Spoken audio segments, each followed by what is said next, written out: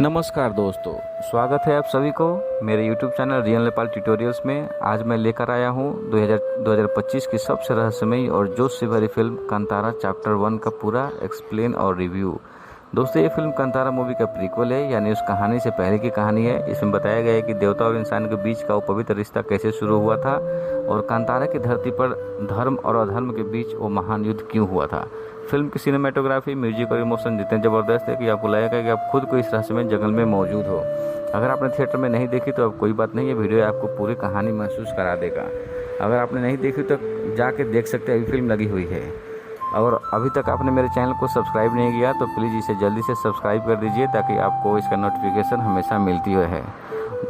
तो चलिए फिल्म की हम लोग शुरू करते हैं और बताते हैं कि कहानी शुरू होती है कांतारा के जंगल में। एक बच्चा अपने पिता के गायब होने का सच जानना चाहता था। फिर उसे किसी ने बताता है कि वो इधर से ही गायब हुए थे। ये बहुत साल पहले की कहानी है, जब बहुत समय पहले एक क्रूर राजा इस धरती पर राज करता था। वो लोगों पर अत्याचार करता था और चाहता था कि सिर्फ उसका ही शासन रहे।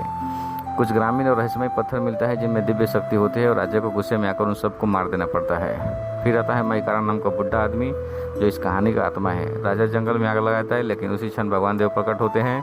वो राजा का अंत कर देता है और जंगल में फिर से शांति लौट आती है। राजा का बेटा किसी तरह बच निकलता है और बूढ़े आदमी उसे भगा देता है।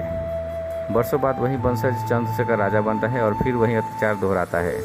यहाँ एंट्री होती है हीरो ऋषभ शेट्टी की, जो जंगल के राज जानना आता है, लेकिन किस्मत उसे एक बड़ी दिव्य शक्ति से जोड़ देती है। राजकुमारी से उसकी मुलाकात होती है और दोनों के बीच प्रेम पनपता है, पर जल्द ही कहानी अंधेरी हो जाती है जब राजा उसकी माँ को देखने उसके सामने ही माँ को मार देता है। और वो पल सबसे ताकतवर है क्योंकि उसी समय देव उसके शरीर में प्रवेश करते हैं। ऋषभ अब बन जाता है भगवान का अवतार और शुरू होती है सबसे भयंकर लड़ाई। वो अकेले पूरी सेना से भिड़ जाता है, राजा चंद्रशेखर का सिर काट देता है और अधर्म का अंत करता है। इसके बाद देव उसकी देह छोड़ देते हैं और वो अपनी माँ के लिए विलाप करता है। यहाँ फिल्म का आध्यात्मिक पक्ष खुलता है, जहाँ समझ आता है कि हर जीत में भी डर छिपा होता है। फिल्म के अंत में मंदिर की मूर्ति टूट जाती है। राजकुमारी का नया शिवलिंग लाने की कहानी है, लेकिन सच्चाई सामने आती है कि वही और राजा काले जादूगर से मिली हुई थी। अब ऋषभ फिर से देव की शक्ति मांगता है, शिव से मिलता है, राक्षसों से लड़ता है और बन जाता है देव योद्धा। अंतिम युद्ध में राजकुमारी देवी का रूप लेती है और देव दोबारा ऋषभ के शरीर में प्रवेश करते हैं।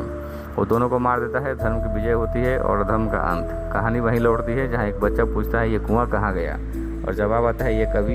ये भी एक बहुत बड़ी कहानी है और यहीं एक कहानी खत्म हो जाती है कांतारा चैप्टर 1। ये एक रहस्यमय, भावनात्मक और आध्यात्मिक यात्रा है। दोस्तों, इस फिल्म में एक्शन है, इमोशन है और सबसे बड़ी बात भगवान और इंसान के बीच के रिश्ते की गहराई है। अगर आपने अभी तक ये फिल्म नहीं देखा तो ज़रूर जाकर देखिए और आपके रोंगटे खड़ा हो जाएंगे। ये वीडियो पसंद आए तो लाइक करें और सब्सक्राइब कर दें। कुछ गलती हुई तो उसके लिए माफ़ कीजिएगा। धन्यवाद। मिलते हैं अगले वीडियो में।